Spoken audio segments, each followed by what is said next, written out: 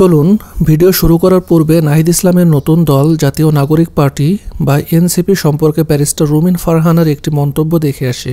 তো পারসেপশন আমি সরিয়ে রাখি ফর দ্য টাইম বিং। উনি কাগজে কলমে নাই, রাইট? উনি কি বললেন তাতে তো আসলে কিছু যাওয়া আসার কথা না, কথা কি? কিন্তু তারপর আমরা আলোচনা করছি বিকজ দ্যাট পারসেপশন। আমরা এখনো সকলেই ভেতরে ভেতরে জানি কাগজে কলমে উনি থাকুক বা না থাকুক, এটি একটি রাজার দল এবং রাজার দল যা চাইবে তা হতেও পারে। গণ অভ্যুত্থানের পর যারা আন্দোলনের নেতৃত্ব দিয়েছেন তারা যদি নতুন রাজনৈতিক দল গঠন করেন তাহলে প্রশ্ন ওঠে এটি কি সত্যিকারের পরিবর্তনের জন্য নাকি কেবল ক্ষমতা ধরে রাখার কৌশল। নতুন দল গঠন করা কোনো দোষের বিষয় নয়, এটি কতটা প্রয়োজনীয় ছিল তা নির্ভর করে পরিস্থিতির ওপর।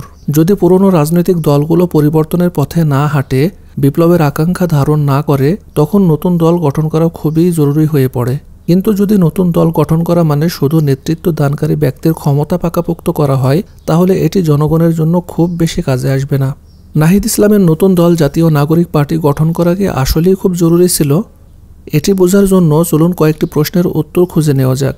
প্রথম প্রশ্ন, পুরনো দলগুলো কি সরকার পরিবর্তন ও বিপ্লবের আকাঙ্ক্ষা ধারণ করতে ব্যর্থ হয়েছিল? দ্বিতীয় প্রশ্ন, নতুন দল কি সত্যিকার অর্থে গণতন্ত্র চায় নাকি ক্ষমতা ধরে রাখার চেষ্টা করছে? তৃতীয় প্রশ্ন, জনগণ কি এই পরিবর্তনকে সমর্থন করে? আপনার উত্তরই বলে দিবে ছাত্রদের নতুন দল গঠন করা জরুরি ছিল কিনা।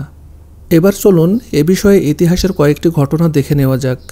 দক্ষিণ আফ্রিকায় বর্ণবাদ বিরোধী আন্দোলনের পর নতুন সরকার গঠন করা প্রয়োজন ছিল, তাই নেলসন ম্যান্ডেলার নেতৃত্বে নতুন দল ক্ষমতায় আসে এবং তিনি সত্যিকার অর্থে দেশের জনগণের জন্যই কাজ করেছিলেন। অন্যদিকে ফ্রান্সে বিপ্লবের পর নেপোলিয়ন ক্ষমতা নিয়ে নেয় এবং নিজেকে সম্রাট ঘোষণা করেন। তখন জনগণ বলেছিল রাজা গেল সম্রাট এলো, যা গণতন্ত্রের বিপরীত হয়েছিল। পরিশেষে আমরা একথা বলতে পারি, নতুন দল গঠন করা কখনো কখনো প্রয়োজনীয় হয়, তবে এটি নির্ভর করে তারা কেমন শাসন ব্যবস্থা চালু করতে চায়। তাদের দলের নীতি কি তা জনগণের সামনে স্পষ্ট করা জরুরি। যদি এটি সত্যিকারের পরিবর্তনের জন্য হয় তাহলে অবশ্যই ভালো দিক, কিন্তু যদি এটি কেবলমাত্র পুরনো রাজনৈতিক ক্ষমতার নতুন রূপ হয় তাহলে জনগণের প্রত্যাশা কখনোই পূরণ হবে না।